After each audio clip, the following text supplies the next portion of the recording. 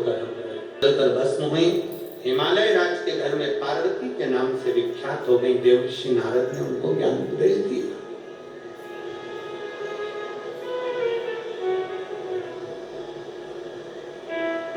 मैनावती रो रही थी, आंखों से आंसू बह रहा था कि मेरी बेटी का भाग्य, नारद जी बता रहे हैं बेटी का भाग्य।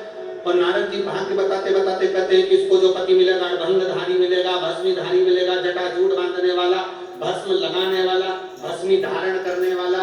अरे भस्म का मतलब समझो तो कि भस्म है क्या?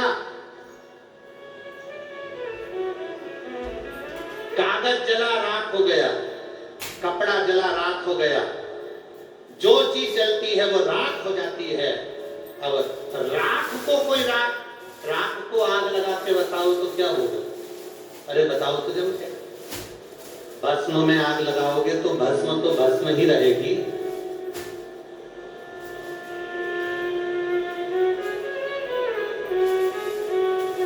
भस्म में आग लगाओगे तो वो तो भस्म ही है, राख में आग लगाओगे तो वो तो राख ही है।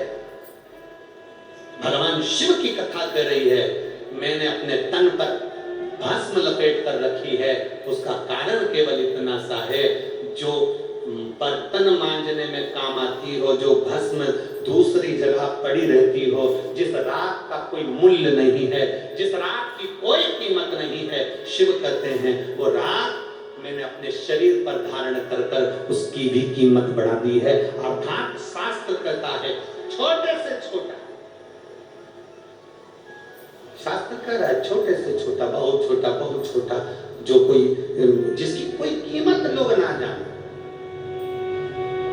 जिसको लोग व्यर्थ समझते हैं, किसी काम का नहीं। और फिर निवेदन आप सबसे, जितने भिलाई की इस पवित्र भूमि से कथा सुन रहे हैं, जितने छत्तीसगढ़ की पावन धरा से कथा सुन रहे हैं, और जितने आस्था चैनल के माध्यम से, फेसबुक के माध्यम से कथा सुन रहे हैं, उन सबसे निवेदन करूंगा, कभी ये मत सोचना कि आप बहुत छोटे हो, कभी ये मत सोचना कि आप बहुत गरीब हो, कभी ये मत सोचना कि आप कुछ नहीं कर सकते हो, कभी ये मत सोचना कि आप बहुत छोटे हो, मेरी कोई कीमत ही नहीं है। जिसकी कोई कीमत नहीं होती, अगर वो शंकर पर एक लोटा जल चढ़ाने लगे तो वो भी कीमत वाला हो जाता है, वो भी कीमत वाला हो जाता है। अगर एक लोटा जल देवादित्य महादेव को चढ़ता रहे तो उसकी भी कीमत हो जाती है।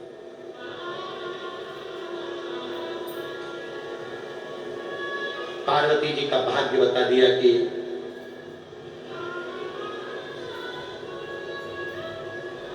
ये पार्वती, इसको जो पति मिलेगा भंग मिलेगा, जटाजूट वाला, भस्मी रमाने वाला। बस इतना निवेदन जरूर है। भगवान ने शरीर पूरा दिया है, भगवान ने शरीर पूरा दिया है तो राम राम भी पूरी करा करो। शरीर पूरा दिया है तो भजन भी पूरा किया करो। शरीर पूरा दिया है तो भक्ति भी पूरी किया करो। आदि भक्ति हमारे सनातन धर्म की पहचान नहीं है। आदि भक्ति हमारे सनातन धर्म की पहचान नहीं है। आधा राम राम हमारी सनातन धर्म की पहचान नहीं है। शरीर पूरा दिया, हाथ पूरे दिए तो राम राम भी दोनों हाथ जोड़कर करना चाहिए। ये सनातन धर्म का नियम है, ये सनातन धर्म की पहचान है।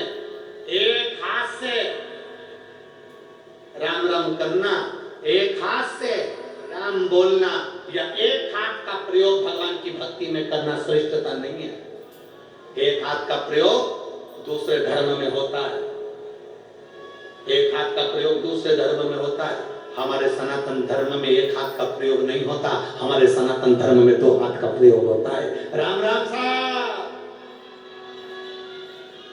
हमारे सनातन धर्म में दो हाथ का प्रयोग होता है। हर हर महादेव।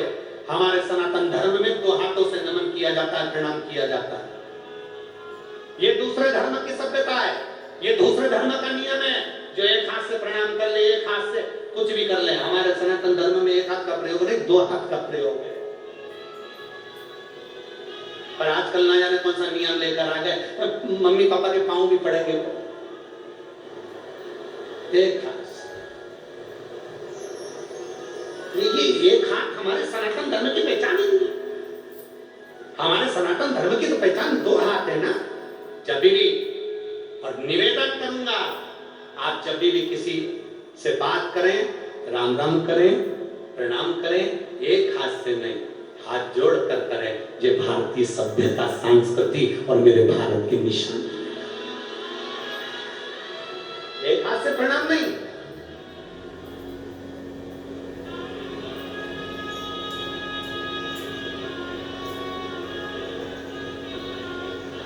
सनातन की पहचान दोनों हाथ है। शरीर दिया है तो पूरा प्रणाम होना चाहिए, पूरा शरीर दिया है तो पूरा नमन होना चाहिए, पूरा शरीर दिया है तो पूरा भजन होना चाहिए। इसलिए दोनों हाथ, जब श्री शिवाय नमस्तुभ्यम बोलते हैं, आप लोग तो कैसे बोलते हैं हमें नहीं मालूम, पर हमारे ये दोनों हाथ नीचे जाकर शिवलिंग की आकृति में आकर, ये दोनों हाथ नीचे जाते हैं, शिवलिंग की आकृति में आ जाते हैं। और शिवलिंग की आकृति में आने के बाद फिर हम भगवान शंकर का गुणगान करते हैं कि शिव इन सब का कल्याण करने वाले, ओ गढ़दानी तू सदा कृपा करने वाले, करुणा करने वाले, कृपा करना करुणा कर।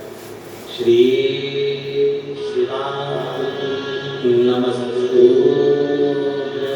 आप भी जब प्रणाम करें, आप भी जब गुणगान करें, आप भी जब मंत्र जाप करें, दोनों हाथ जोड़कर शंकर के पास जाएं, दोनों हाथ उठाकर हर हर महादेव, भगवान शिव की स्तुति करें, भगवान शंकर का स्मरण करें। इतना सुंदर है। कई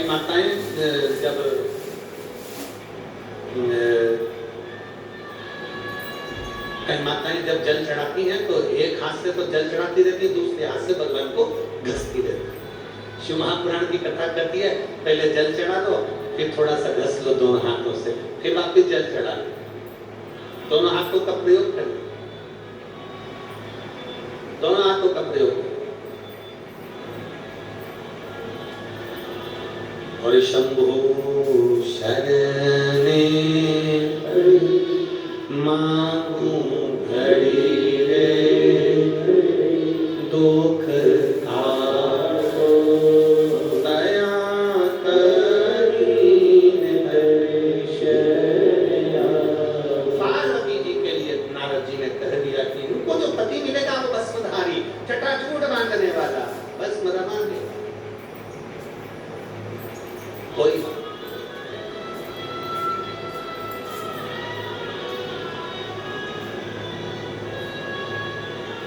पार्वती मैया थोड़ी सी बड़ी हो गई।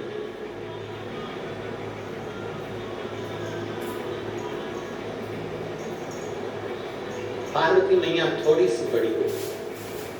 बड़ी होने के बाद पार्वती जी को थोड़े थोड़े दिन में इतना क्रोध जागृत हो जाता, इतना क्रोध आ जाता कि पार्वती जी कोई सामग्री अगर रखी रहती तो वो सामग्री को फेंक, बड़ा चिंता का विषय है।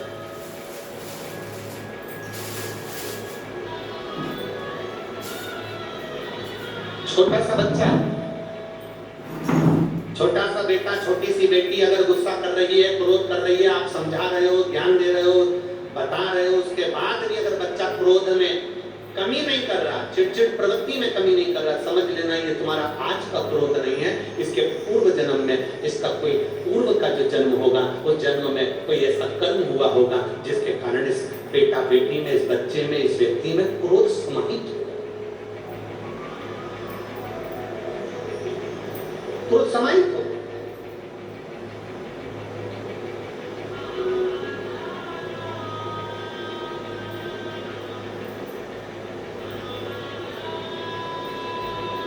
महाराज वो धतूरा देखा है आप लोगों ने? जम के बोलो जरा, देखा है सबने? धतूरा, धतूरे में पीछे जो डंडी होती है वो थोड़ी सी मुड़ी होती है, हल्की सी मुड़ी होगी डंडी, हल्की सी मुड़ी हुई डंडी। जो प्रसंग आप और हम श्रवण कर रहे हैं वही प्रसंग यहाँ चल रहा है। ये धतूरा जैसे देखिए। अब ये धतूरा, धतूरे की जो डंडी है ये डंडी एकदम सीधी नहीं रहती है। डंडी हमेशा कोई भी धतूरा होगा, धतूरे की डंडी थोड़ी सी मुड़ी हुई होगी, थोड़ी सी मुड़ी रहती है। प्रत्येक धतूरे की डंडी मुड़ी रहती है। अब आप अपने बच्चों को समझा रहे हो, इसका क्रोध कम नहीं हो रहा, मैंने समझा दिया, ज्ञान दे दिया, पिताजी ने समझाया, दादा समझाया, दादी समझाई, अपने घर के संस्कार अच्छे हैं, अपने घर में कोई गुस्सा करने वाला नहीं है, अपने घर में सब प्रेम करने वाले हैं, सब आदर करने वाले हैं, सब सत्कार करने वाले हैं। उसके बाद भी अगर बच्चे क्रोध में डूबे हुए हैं तो ये इनके इस जन्म का नहीं है, ये उस जन्म का है। जैसे माता पार्वती जी छोटी सी अवस्था धारण करती है, 5 वर्ष की अवस्था में माता पार्वती जी आती हैं। हर थोड़े दिन में माता पार्वती जी को क्रोध आ जाता है, इतना तेज क्रोध आता है माता पार्वती, जो सामान हाथ में आया इतना क्रोध मां पर। माना जगत जननी हो, मां दुर्गा हो, भवानी हो, अष्टभुजा धात्री हो, पर मां जब एक बड़ी हो जाओ तब क्रोध करो तो चल जाओ, छोटी सी अवस्था में क्रोध। एक चिंता का विषय पड़ गया। हिमालय राज की रातों की नींद उड़ गई, मां मेनावती की रातों की नींद उड़ गई। हमारी बेटी पार्वती को हुआ क्या है, थोड़े दिन अच्छी रहती है, 2-4 दिन अच्छी रहती है, 2-4 दिन में क्रोध कर जाती है, इतना क्रोध करती है कि वस्तु फेंक देती है। इतना क्रोध मां पार्वती का। बड़ा चिंता का विषय पड़ गया, बड़ा। आज हिमालय राज का मन बड़ा दुखी था। हिमालय राज जी मन दुखी था तो हिमालय राजा अपने नगर से बाहर निकल गए। बाहर निकले, थोड़ा सा मन को थोड़ा सा संभालने के लिए बाहर निकले, मन को संभाल। बड़े दुखी थे हिमालय राजा, बड़े दुखी, चल मन दुखी। कई बार बच्चों का चिड़चिड़ कर, कई बार बच्चों की हालत देखकर, बच्चों का क्रोध देखकर, माँ की तो आदत हो जाती है, माँ तो रोज घर में रहती है, 24 घंटे रहती है, तो माता को तो मालूम है कि बच्चे की स्थिति क्या है, बच्चा क्या कर रहा है, बच्चे की स्थिति क्या है, बच्चा क्यों चिड़चिड़ कर रहा है, माँ को मालूम है। पर पिता ऑफिस जाने वाला, पिता नौकरी करने वाला, पिता दुकान पर रहने वाला, संडे के दिन घर पर रहा, मंडे के दिन घर पर रहा, छुट्टी वाले दिन घर पर रहा, जिस दिन वो घर पर रहता है और बच्चों की ऐसी हालत देखता है, चिड़चिड़पन देखता है, गुस्सा देखता है, क्रोध देखता है, तो पिता को क्रोध आ जाता है। पिता का मन दुखता है, पिता का हृदय दुखता है,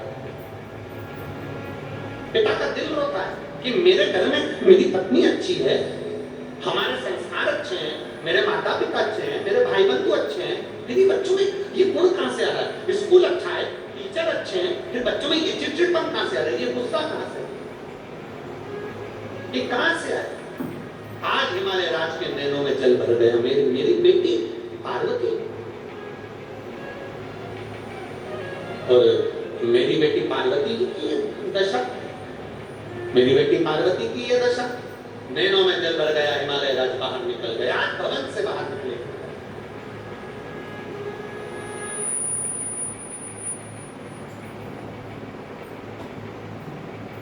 और हिमालय राज भवन से बाहर निकले,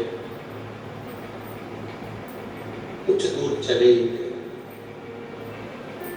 थोड़ी दूर हिमालय राज चले ही थे। इतनी देर में हिमालय राज को आज भगवान शंकर के परम भक्त, भगवान शिव के प्रिय भक्त श्री तुंगरुका जी का